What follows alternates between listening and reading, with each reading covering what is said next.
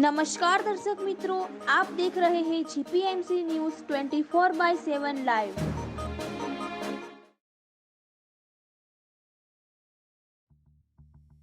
ખેડાના વસોમાં યોજાયો સનાતની મેળો.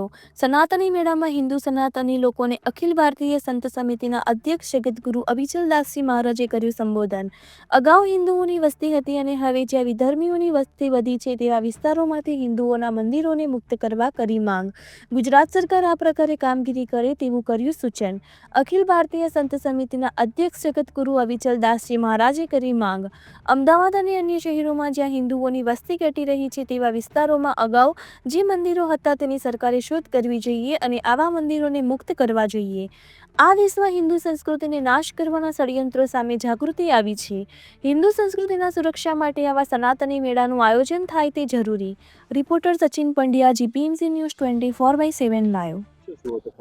વસો સંઘર્ષ સમિતિ એના દ્વારા આજે જે સનાતની મેળાનું આયોજન કર્યું છે, મુખ્ય ઉદ્દેશ તો હિન્દુ સમાજને જાગૃત કરવાનો.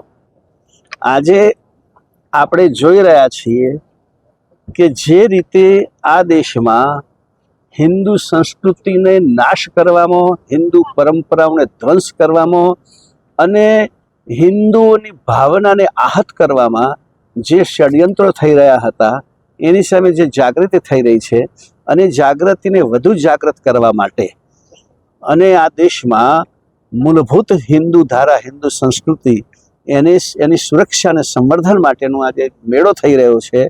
એ મેળાના આયોજનમાં ખાસ ઉદ્દેશ સમાજને જાગૃત કરવાનો છે.